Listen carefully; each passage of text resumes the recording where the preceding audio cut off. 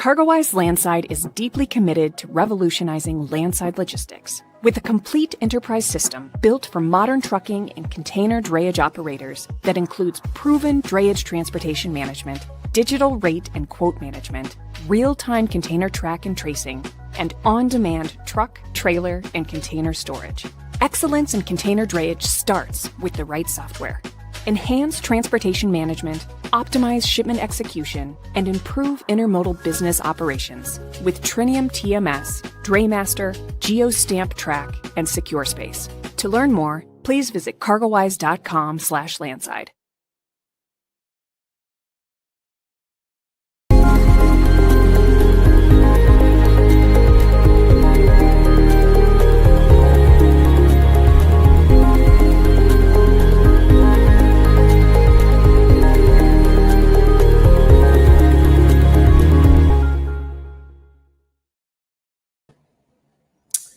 Hey everyone, and welcome back to TPM Today. I'm Eric Johnson. I am still in Delhi. This is the second of my 3 shows that I'm going to be doing this summer from my home away from home in Delhi, India. Super excited for the show today. I have a great guest, someone who's really on top of a lot of different elements in the trucking industry, and really excited to talk to her in just a few minutes. Before I do, there's so much going on right now, but also I am going this fall, I'm going to be at like 7 million events. I've lost track of how many events I'm going to. My calendar keeps booking up. I'm not saying that to seem cool or anything. It's just there's a lot of stuff going on right now, and I'm fortunate enough to be attending or being invited to speak at some of these events. I will at some point, probably next show, kind of list which ones I'm going to. So that if you are also going to be there, we can catch up, because it would be great to meet in person. That's the whole point of events. One of those events is our Journal of Commerce Inland Distribution Conference in downtown Chicago, September 29th through October 1st. You've probably heard me talk about this. We're less than 10 weeks away. If you've not registered yet, new registrants can use the code that's going across the banner or is in the comments. It's EJ10. For 10% off a pass to that event. Definitely encourage you to be there. My guest today will be there. She's going to be on a panel. We have tons of awesome panels across truckload, LTL, intermodal, drayage, you name it. That's domestic and international intermodal. I'm, of course, going to be leading a whole bunch of sessions around technology, including the one that my guest is on today. Before I bring her on, though, just really quick, wanted to highlight one story that I did last week, I think. I'm losing track of the days. Really interesting story. So about 3 weeks ago, I was at the AAEI event, American Association of Exporters and Importers. And a lot of the discussion was sort of how that community, trade compliance experts, were dealing with the increase on tariffs, especially into and out of the U.S. So one of the themes that came out, and one of the themes that I've actually been talking to a lot with technology providers and customs brokers, is how is there sort of a changing structure that's happening in terms of how shippers and CBP are interacting usually with customs brokers very much in the middle. In other words, is technology sort of potentially disintermediating customs brokers, or is it empowering them? It's a classic sort of situation that's happened in virtually every intermediary category across transportation and logistics. We're seeing it now sort of come to not to a head, but like we're seeing some weird kind of movements in that space. So I go into that in this story and the role that automation is playing, both to help shippers kind of manage things like filing and classification themselves, especially amidst a whole bunch of changing regs and tariff changes. But also those tools are also in the hands of customs brokers. So it's really on them to adopt them and become more efficient. Very interesting. I've talked about it on this show. I've had a couple of the vendors that are targeting this on this show in the past. It's definitely something to watch. We're now in a very different environment where the interaction between CBP and importers is it's changing. The scrutiny on importers is super high. The volume of change is super high. So definitely an interesting story, and one I'll be continuing to follow. All right, with no further ado, super excited to have my guest on, Danielle Chaffin, Danielle Chaffin. Jesus, I asked you about your last name and I forgot about, I messed up your first name. Danielle Chaffin, who's a senior solutions engineer at a company called Revenova. If you're not familiar with them, we'll definitely go into that in a second. But Danielle, thank you so much for joining today. Thank you so much for having me, Eric. Yeah, awesome. So before we get into what Revenova is, just give people a little background on yourself, kind of leading up into your time with Revenova. Yeah, one of my favorite questions to answer, it's posted on LinkedIn sometimes, and then people will ask verbally, is how did you get into transportation? How'd you get into logistics? And there's so many people that just fell into it or like accidentally got here. I was born here. Yeah. Fortunately, I regret that I did not appreciate it as much when I was younger. My grandfather and father, both truck drivers. My grandfather finally retired a few years ago at 77, I believe. Wow. I think we estimated like he has 5.4 million miles that he did over his lifetime. So I'm very, very proud of that. And then my dad is still in it, management executive team at a dry bulk company. So I've been here for a very long time. I left the industry thinking that freight doesn't get in your blood or your DNA. I went and got a master's in social work and did therapy and residential services for quite some time. And then I came back. It is in your blood. It's interesting you say social work because both my parents were social workers. So that definitely is not in the blood because I wanted nothing to do with it. It looked really hard, like emotionally draining, and I did not want to do that. So yeah, I don't blame you. Okay, cool. I think there's a real big appreciation now in the industry for people who are, especially on the technology side, who have that deep appreciation for the industry. So very cool to hear that is in your background. So for people who don't know what Revenova is, can you explain kind of what market you're in? Who does it serve? How is it sort of differentiated from the million other technology companies in the market right now? Yeah, of course. So Revenova is a transportation management system, a TMS. We're built natively on the Salesforce platform, and we don't have a specific niche or go towards just brokers, just carriers, just shippers. We can support all of them or a combination. So if I have a shipper with a small fleet or a large fleet, if I have a carrier with a brokerage division, we can support both of those all on the same platform. And not only supporting those different businesses under the one umbrella, we can also support all of the business divisions within a company. So your sales, operations, back office, all of them can operate on the same system, the same platform, rather than having multiple different silos, if you will. So we get to eliminate the silos, really streamline the execution from prospecting, getting a new customer, running loads for the customer, closing out, the invoicing, the billing, the audit piece. We get to do it all on one. And because we're built on the Salesforce platform, we have incredible flexibility. We, as in all of our customers, each of them have their own org. What they do doesn't affect someone else. They have the flexibility to really tailor the TMS to meet their needs and the way that they operate, which is really cool, in my opinion. If I'm handed a technology that has concrete roles, concrete validation, and I have to form my task to the way that that system wants me to operate, it's frustrating, especially in logistics and in the transportation space. So getting to give them a foundation, if you will, and then they can run with it and do what they need to with that, it's really, really great. Yeah, it's that classic. Are you able to come to the customer? Or does the customer have to come to the solution, right? So yeah.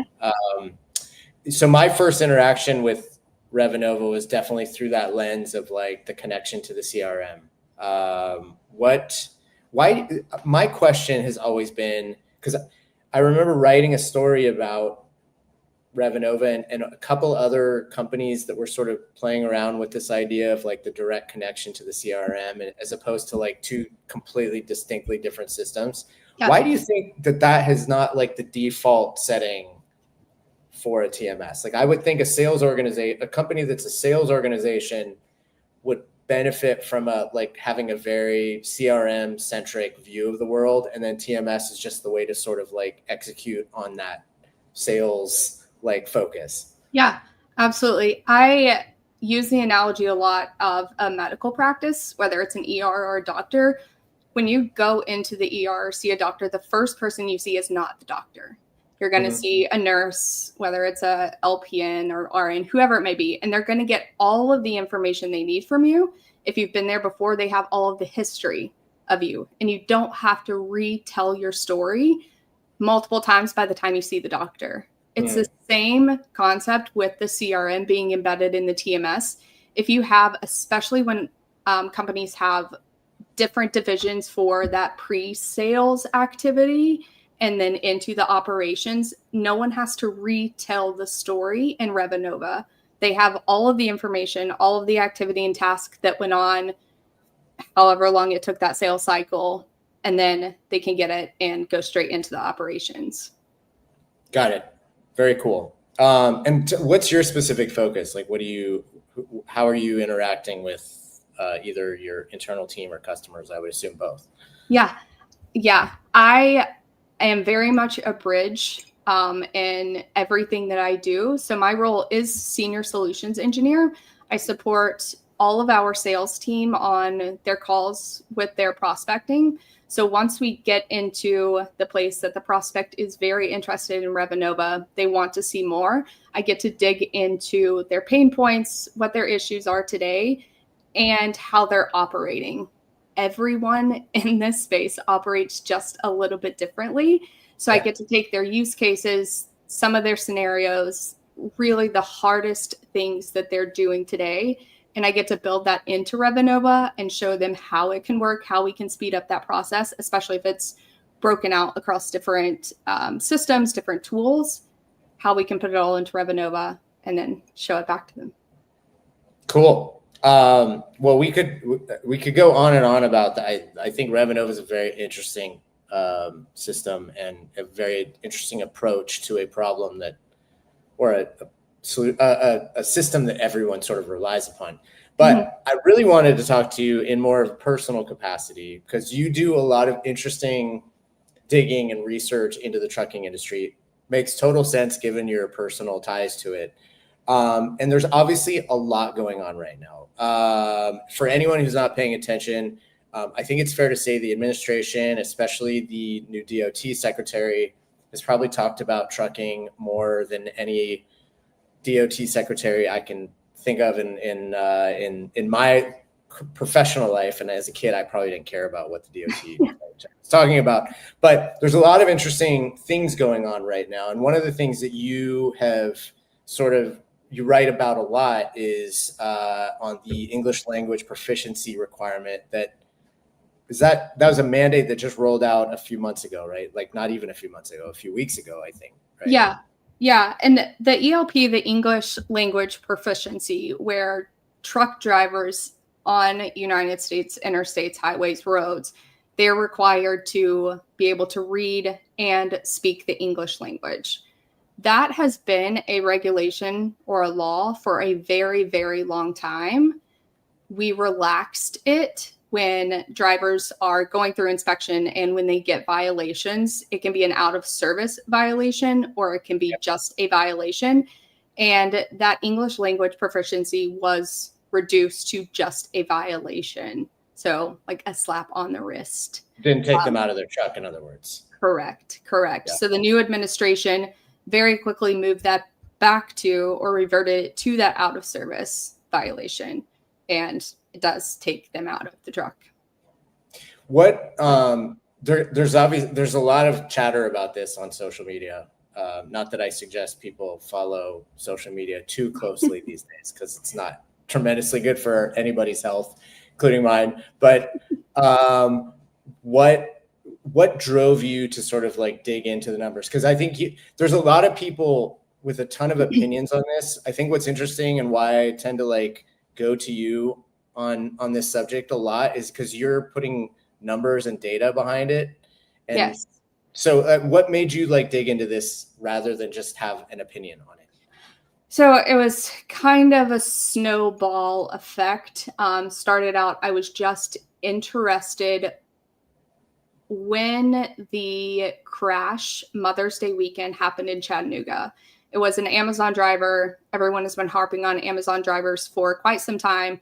That one really caught my attention. Mother's Day weekend, families, children. There was an infant that was killed. Chattanooga is close to home. It really, really it's tragic. It's devastating. So that one piqued my interest, and that's where it started, was just looking into Amazon and Amazon Relay. And then that led into everything else that I'm doing. And what I was seeing is that there are so many people that really have no idea what's going on outside of the wrecks being posted on news stations, which some of them do a phenomenal job reporting on them. And then some of them leave out so many details that would be incredibly helpful. And then two, there's the mass majority of people talking about those. They are specific to the incidents. And it's just, I'll say this lightly, it's just complaining about the issues. There was the facts, the data, it wasn't there. And that's what I wanted to do, was put real numbers with what's going on and expand these issues. This wasn't just one wreck.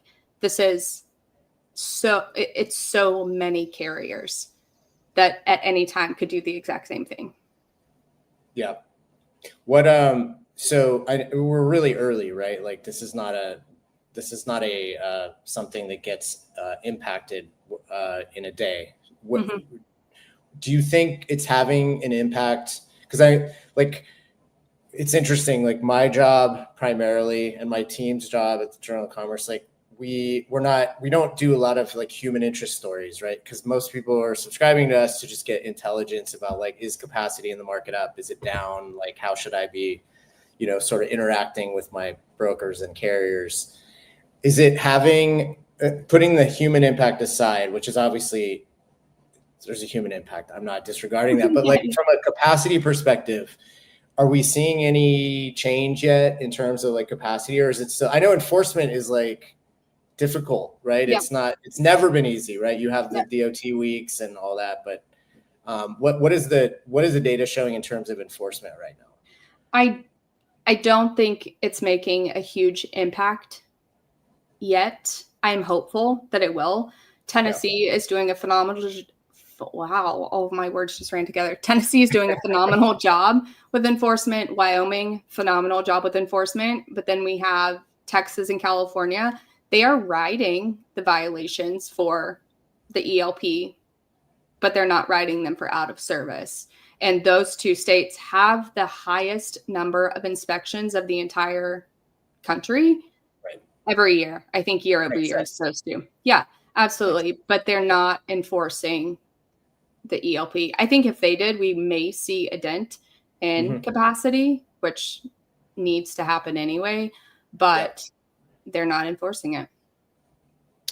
Well, we will definitely be watching this. I think it's certainly something I'm very interested in following. And I think once it starts to make that impact on the market, then it starts to become something super interesting for shippers and brokers to follow even more closely. Absolutely. We could talk about this for a half hour, but I feel like every topic I want to talk to you about, we could talk about for a half hour, but we only have a half hour. So the other issue I wanted to just get your thoughts on, broker transparency. I just wrote a story earlier this week about a little press release tiff between OIDA, which represents small carriers, and TIA, which represents brokers, about the issue of broker transparency. How do you think about broker transparency? I'm very interested. I just put out an article on this too, because it's all over. I'm most engaged on X with the Freight X community, and there's tons of truck drivers. So you get the firsthand account and response from them. I would much rather have that than listen to one person from like OIDA talking and representing an entire group. So I I think it's silly. I put out a Substack. I think it is a distraction from the issues that are truly impacting our industry right now. Yep. I have a personal theory about the amount of data and the financials, especially with those rates that we're giving shippers, brokers, carriers. And I have so many thoughts. That's why I had you on. So many. So the first thing is, this isn't a new regulation. This isn't a new That's rule. great to point out. Yeah, absolutely. It's been there for a very long time. Yep. Is it enforced? Absolutely not. Do I think it should be enforced? No, I don't. I think it is going to give shippers, brokers, carriers, all of them, too much access to that data, and it will drive rates further into the ground than they are right now. It is not an issue that we should be focused on. Absolutely not. Yeah, I should have mentioned. So you're totally right. There are broker transparency requirements on the books right now. They are not very stringent and they are not enforced a ton. And there's ways for brokers to seek waivers to avoid having to expose those. What is being proposed now is a lot more stringent. Brokers would have to keep digital. Everything would have to be digital on the transaction level. Every item would have to be, itemized on a line item basis, and it would have to be made available within 48 hours if a carrier requests it. So, again, this is another topic that we could spend a lot of time on.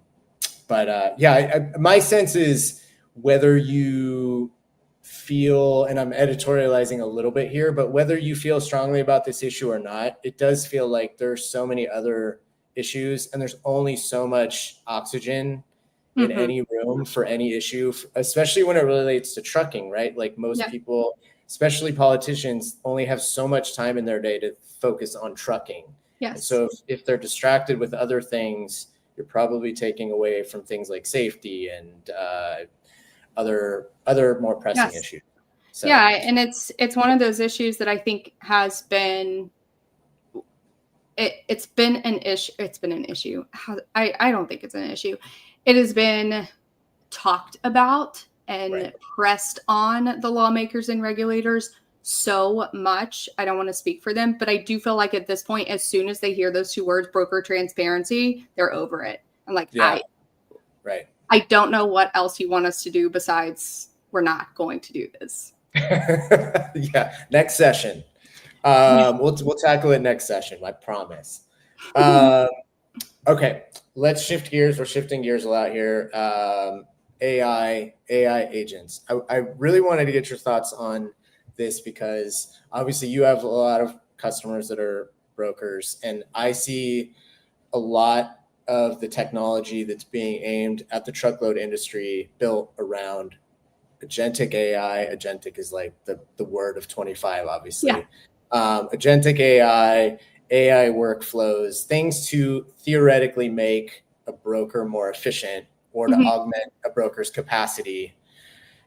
How do you, like, as being part of a technology company, selling solutions to these companies, how do you sort of deal with that, like this sort of onslaught of just like AI specific or AI only companies, and like what do you think the market's receptiveness is to this?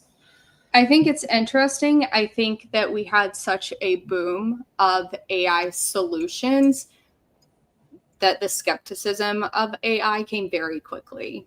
Anytime outside of lawyers, I think transportation is probably the most prone to skepticism of anyone else. And I love it. I'm a skeptic myself, so I think it's phenomenal.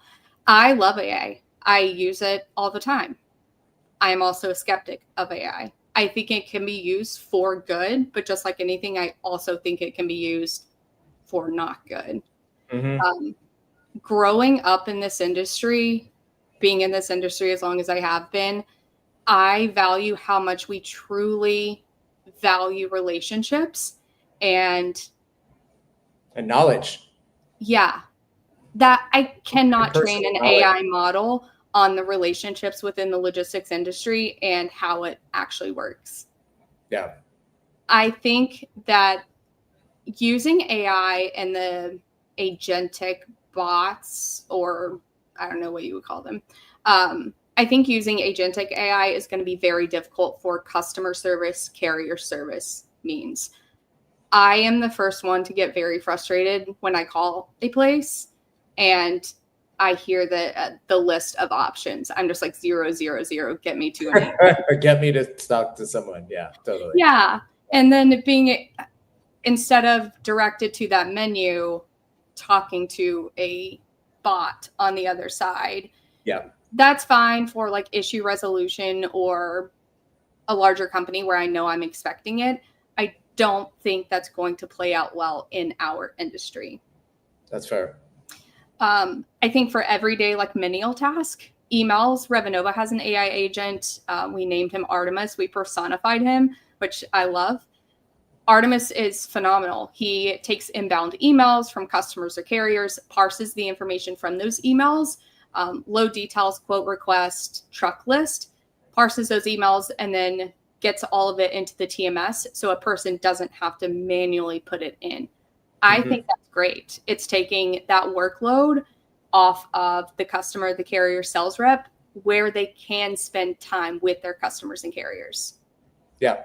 Anything that takes from that relationship building with the customer, the carrier, I just personally, I'm a skeptic. I don't necessarily love it. That's a good framework. That's a really good framework, actually. Because I mean, there's companies that are selling solutions to enhance or expand the ability to interact with customers through agents. And, you know, I don't think you're wrong in terms of like most people's preference is not to have that interaction. But one real quick question that's sort of related. I think when I cover the market, I sort of think about it in two ways. Like, is it a software provider that is purely building AI tools that sort of sit around a system that already exists? Or is it like a Revenova or like P44 and Four Kites and, you know, existing companies have all announced, we do this. We've built AI tools that are native to what you are already using. Like, how do you think the market approaches that fork in the road? I think there's a lot of confusion there. I think that some of the AI specific tools that come out, they are flashy, they're exciting, they're great. My concerns with many of them is the data security. We're talking about broker transparency. The moment that I push my rate confirmations through a different system is the moment that those become vulnerable to someone else getting them.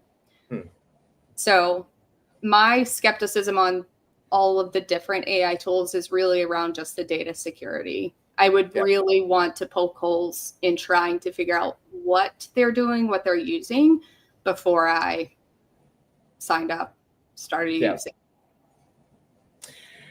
Okay, we're almost out of time. I knew this was going to happen. The clock is like staring at me every show. But really quickly, like 20 seconds each. If you could put Revenova doesn't count. Like I'm saying, like not a product name, but like a tool. If you could put a tool in the hand of every broker and a tool in the hand of every carrier tomorrow, what would it be? For brokers, I would give brokers like a browser. I just talked about AI and not using a different tool. So this one would have to be careful, but I would give them like a Chrome extension where they could drag and drop an email, a confirmation, really anything right into that box, whatever it is. And then it parses all of the information they need and gets it right into their TMS. Cool. And carriers? I would not give them more technology. They don't want it. They don't need it. I would just let them do their job, drive on the road, and be safe. That's a great answer. Amazing. Anyway, we don't have time to go further. So last question. I asked this of every guest. who's your favorite band or musician? And you have to tell me the reason why.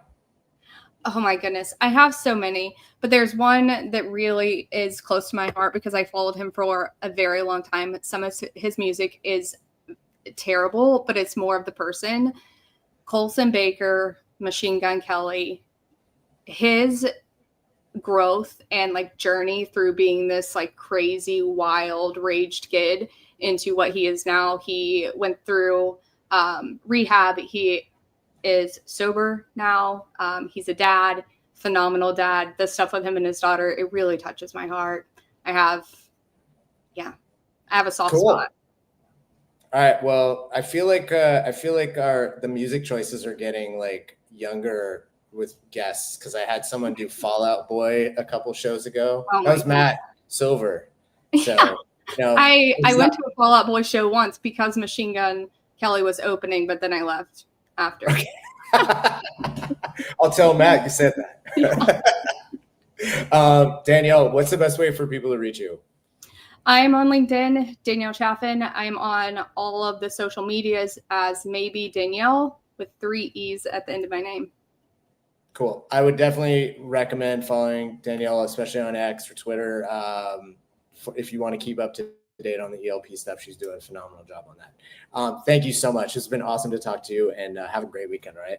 Of course. You too. Thank you so much for having me. All right, I'll see you in a couple weeks. Bye. All right. Really quick. I'm over time, but whatever. Dad joke of the week time. This is really like corny dad joke of the week, but it's a great one.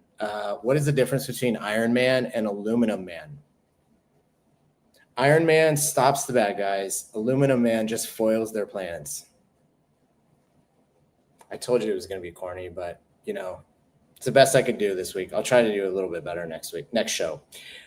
Thank you so much to everyone who tuned in. Thank you to Mendy. Thank you to Dio for tuning in from locations all around the world. I only do this show for you all. Appreciate it. Thanks so much to the world's greatest show producer, Nicole, and the whole Let's Talk Supply Chain team. But most of all, thank you to you. And especially thanks to Danielle for an awesome conversation. I'll see you in 2 weeks, the next episode of TPM Today.